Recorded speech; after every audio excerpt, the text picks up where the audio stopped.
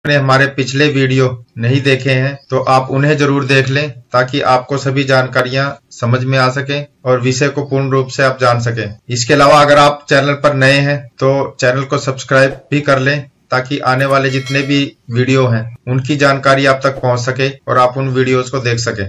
साथियों, मधुमक्खी पालन इतना गहरा विषय है कि इसे पूरा करना बहुत कठिन काम लगता है। जब भी हम इस विषय को उठाने की कोशिश करते हैं हमें लगता है कि बहुत कुछ छूट जा रहा है और बहुत ज्यादा अगर डिटेल में किसी चीज की जाते हैं तो उसमें बहुत ज्यादा समय लगता है।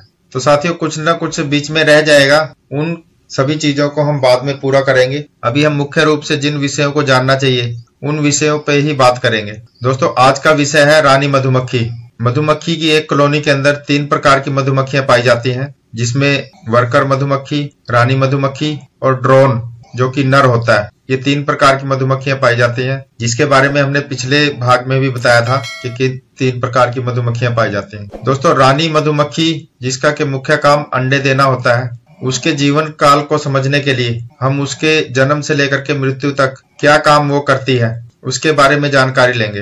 दोस्तों, रानी मधुमक्खी का जो जीवन काल है वो अंडे से शुरुआत होती है। तो दोस्तों, 3 दिन तक अंडा जो है अंडे की शेप में ही रहता है। इसके अलावा 3 दिन के बाद वो एक कीड़े का रूप ले लेती है जिसको लार्वा बोलते हैं। उसके बाद रानी मधुमक्खी का जो सेल होता है उसका चुनाव वर्कर मधुमक्खियां करती हैं और उसको वो रॉयल जेली पदार्थ देती हैं, जिसकी वजह से वो पूर्ण रूप से विकसित होती है और रानी मधुमक्खी बनती है। दोस्तों, वर्कर मधुमक्खी में और रानी मधुमक्खी में सिर्फ इतना ही फर्क होता है कि वर्कर मधुमक्खी को रॉयल जेली पदार्थ नहीं दिया होता, जिसकी वजह से वो पूर्ण रूप से विकसित नहीं हो पाती, जबकि रानी मधुमक्खी को उसका जो लार्वा होता है उसको रॉयल जेली पदार्थ खिलाया जाता है वर्कर मधुमक्खियों द्वारा। इसी के कारण से वो रानी मधुमक्खी बन पाती है।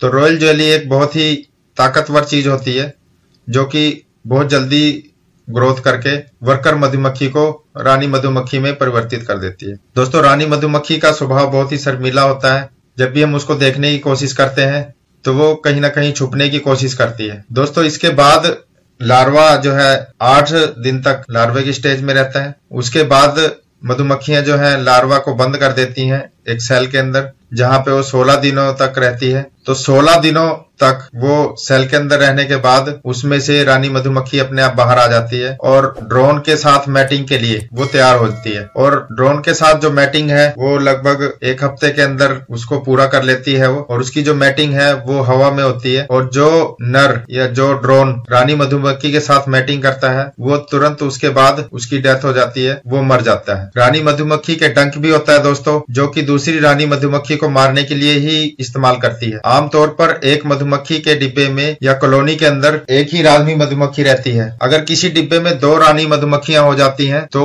उसमें या तो वो दोनों आपस में लड़ती हैं और जो जीतती है वो राज करती है, या फिर एक रानी मधुमक्खी अपना दूसरा परिवार बना लेती है, वो उड़ के बाहर चली जाती है और उसके साथ लगभग आधी मधुमक्खियां अब उसके साथ दूसरा परिवार बना लेती हैं। दोस्तों, इसके अलावा रानी मधुमक्खी में एक खास तरह की गंध आती है जिसकी वजह से वर्कर मधुमक्खियां अपने ही परिवार में प्रवेश कर पाती हैं। वो वर्कर मधुमक्खी किसी दूसरी कॉलोनी में प्रवेश नहीं करती हैं, या किसी दूसरे परिवार की मधुमक्खी अगर उनमें घुसने की कोशिश करती है तो वो जो गंध होती है रानी मधुमक्खी की उसको वो पहचानती हैं और दूसरी रानी मधुमक्खी की जो गंध होती है वो अलग होती है, तो उस परिवार की मधुमक्खी को वो अपने अंदर नहीं घुसने देती, अपने परिवार में शामिल नहीं होने देती। ऐसा करना रानी मधुमक्खियों के लिए खतरनाक हो सकता है, क्योंकि वहां पे दूसरे के परिवार में जाना वर्कर मधुमक्खी को मार देता है, यानी आपस में वो लड़ती हैं और जो बाहर से आई होती है उसको मार देती हैं। इसके अलावा दोस्तों, रानी मधुमक्खी एक दिन में लगभग 2000 अंडे दे सकती है, परंतु ऐसा नहीं है कि वो हर रोज 2000 अंडे ही देती है।